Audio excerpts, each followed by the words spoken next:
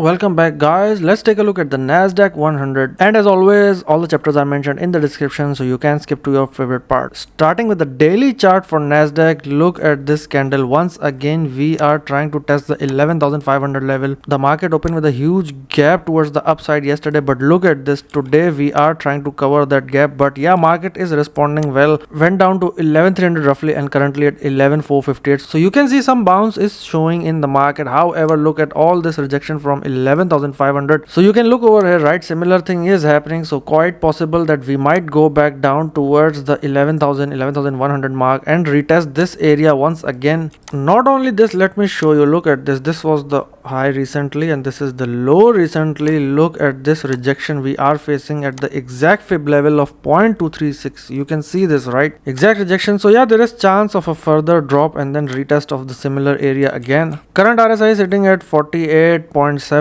so just in the middle almost. The real obstacle is 11,500. If we cross this, 11,750 will be there, and then after that 12,000. That is what my initial plan is actually, that 12,000 will happen. Something of this sort might happen. We might go to 12,000, and then of course inflation data will be released. Depending on that, market can go further or down. However, whatever happens, this will give us a head and shoulder pattern, so we have to be careful of this. Talking about the Nasdaq, how can we forget the dollar index? And as mentioned earlier, dollar index is trying to bounce from the 110 mark, finding some good support. If I draw this trend line, you can see there is still chance that we might see some capitulation happen, and then we might test this and then bounce from here towards the 120 mark. So let me tell you why I'm saying 120. That is because on Wednesday 2nd of November we know another interest rate increase will happen, most likely 75 basis point, and of course that will push the dollar again towards the same area, 115, 116. Depending on what data is released and how aggressive the Fed is, we might see 120. That is quite the possibility, but yeah, 115 will happen again. Going back to the Nasdaq 100, even the 4-hour chart, we can see RSI is sitting at 48, so yeah, just in the middle. However, if I zoom in and look at this candle, look at this one, this forming a hammer pattern, and there is quite the chance that we might see further continuation towards 1175 and then 12,000 level, where the 50 moving average in green is also available. So keep these levels in your mind. If fail at 11,500, just like what happened over here, we might see a drop back towards 11,000, 10,900. So yes, consolidation is happening in this range, which is good. If it does not fall below this 11,000 mark, it is actually good that market consolidates here, and of course after the release of the inflation data, market will decide whether it wants to pump or dump, so we have to wait till that day. Once again, a reminder, if you're actively trading, please don't forget proper risk management. If you like this video, please don't forget to subscribe, like and share. Thank you for watching.